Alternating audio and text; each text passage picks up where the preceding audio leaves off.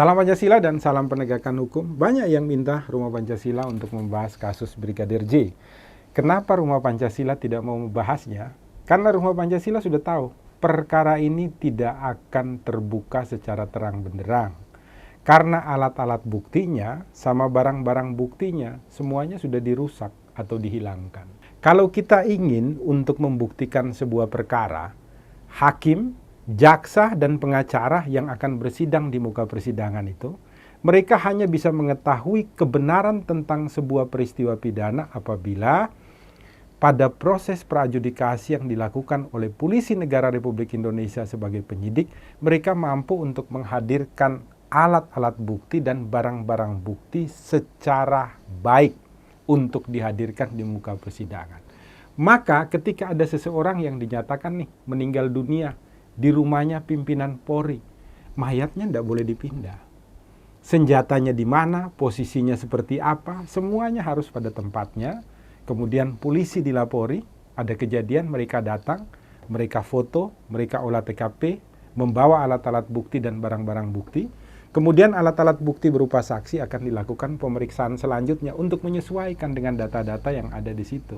Termasuk semua CCTV-nya tidak boleh untuk dibongkar dulu atau dihilangkan. Karena itu nanti tugas daripada polisi untuk membukanya.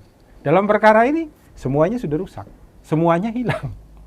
Jadi, apapun nanti yang terbuka di persidangan, Rumah Pancasila akan menganggap bahwa itu bukan peristiwa hukum yang terjadi.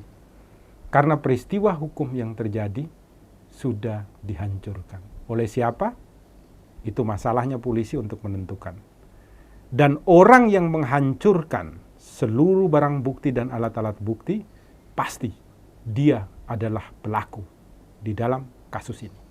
Maka hukumlah dia sesuai dengan tindak pidana yang dilakukan. Pembunuhan berencana atau penganiayaan yang menyebabkan orang lain meninggal dunia. Silakan. Itu merupakan kewenangan daripada jaksa, hakim, dan juga nanti pembelaan penasihat hukum ketika berada di muka persidangan. Oleh karena itu ingat, besok-besok lagi, terjadi sebuah peristiwa pidana dimanapun, jagalah agar barang bukti dan alat bukti tidak terkontaminasi oleh siapapun. Sehingga mudah untuk memberikan sebuah fakta kepada masyarakat, ini kenyataannya seperti ini. Secara gamblang, supaya tidak timbul tanda tanya lagi di masyarakat bahwa selama ini memang ternyata banyak perkara yang dimanipulasi. Jangan lupa, buka mata, buka telinga, buka hati, selalu berbuat baik di Rumah Indonesia, dan jangan lagi kita memanipulasi alat bukti dan barang-barang bukti di dalam sebuah peristiwa pidana.